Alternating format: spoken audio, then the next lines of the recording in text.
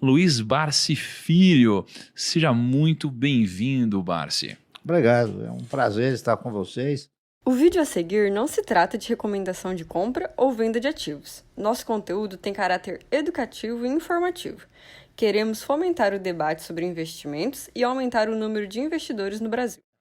Ô, Barsi, cara, imagina o seguinte, vocês têm um processo de escolha de ativos, né? Se fosse para explicar como escolher uma boa ação para comprar, qual seria o passo a passo?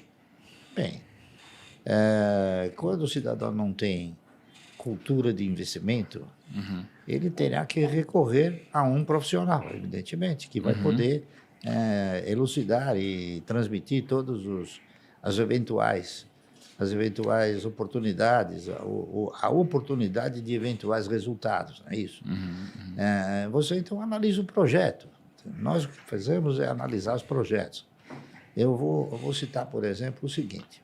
Pega um bom case hoje. A IRB, por exemplo, ela é um novo projeto, tá entendendo? É um novo projeto, uma nova administração. E agora, com o comitê de auditoria, eu conversei com um dos participantes do comitê de auditoria, que é uma pessoa muito amiga, não é isso? Muito competente, e ele disse o seguinte: Barsi, hoje a IRB não vai mais assinar contratos que assinou no passado. Tá entendendo? Então, os contratos que viriam agora seriam contratos que ostentem a perspectiva de bons resultados.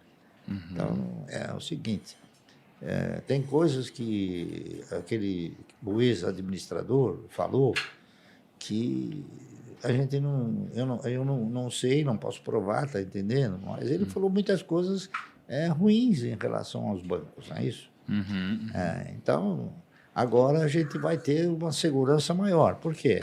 Porque além de ter essa pessoa amiga, você vai ter alguém que vai chegar e falar: não, esse contrato não é bom. Está entendendo? Então, o que aconteceu também? A IRB tinha um contrato que veio de um dos bancos, está entendendo? Na qual ela assegurava ao cidadão uma indenização por Covid no Chile. Então, quer dizer, durante o período de pandemia, isso se acentuou. Então, os sinistros eles foram evoluindo de uma forma bastante intensa. Então, eu acredito que isso não vai acontecer mais. Pode até haver uma outra pandemia, mas talvez eles não façam um novo contrato como fizeram no final, entendeu? Então, o princípio de seleção é esse princípio de você avaliar o futuro também, de você olhar não só o presente, como você também olhar para o futuro. Está entendendo? Vou só citar mais um projeto que a gente analisou e avaliou recentemente. Interpreta que vai ser uma coisa muito favorável, não é isso?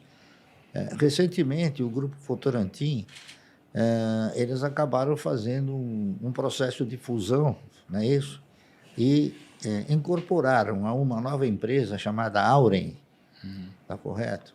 Uma estrutura hídrica, né? Uma usina hidrelétrica chamada Porto Primavera, que foi uma das usinas criadas pela CESP, não é isso? E programaram uma outra diretriz, diria melhor, não é? De não ficar somente na geração com a base hídrica, e sim partir para outras bases energéticas. E, além do mais, também exercitar uma figura no mercado onde você não gera, não transmite e não distribui, que é o quê? A comercialização de energia elétrica. Então, essa empresa tem um projeto já consolidado, não é isso? E eu acredito que, pelos participantes, pelos controladores, está entendendo? Que são o Grupo Votorantim de um lado e um grande fundo de pensão canadense, que eles venham a ter esta diretriz, este comportamento de gerar resultados e também distribuir esses resultados. Posso só sintetizar? Eu acho que a gente pode dividir em duas etapas. Tudo que o senhor falou aqui, né, faz parte de escolher boas empresas, que é diferente de escolher boas ações, num primeiro momento. Então, nas boas empresas, você foca primeiro em desbravar as qualidades, né, as variáveis qualitativas. Então, quem são os gestores, como funciona o projeto, para quem ela vende, né? Então, um teste para você saber se você está a par do que você tem na sua carteira é: escreva em um parágrafo o que as empresas da sua carteira vendem. Você sabe explicar como funciona uma operação, para quem, quais são os insumos, né? Quais são os serviços, enfim. Se você não souber, pode ser que você tenha começado aí com o pé, né? com o pé errado. Pé né? esquerdo. Exatamente. Então, escolher primeiro uma boa empresa. E é aqui que está a boa parte do trabalho, que é o que as pessoas geralmente não fazem. A segunda fase é você tentar interpretar através do preço se esta boa empresa é um bom investimento. De novo, como eu disse, depende do preço.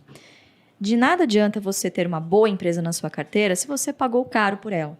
E é aqui que vem, acho que um dos grandes problemas dos investidores, que são investidores de longo prazo, não por convicção, mas por acaso.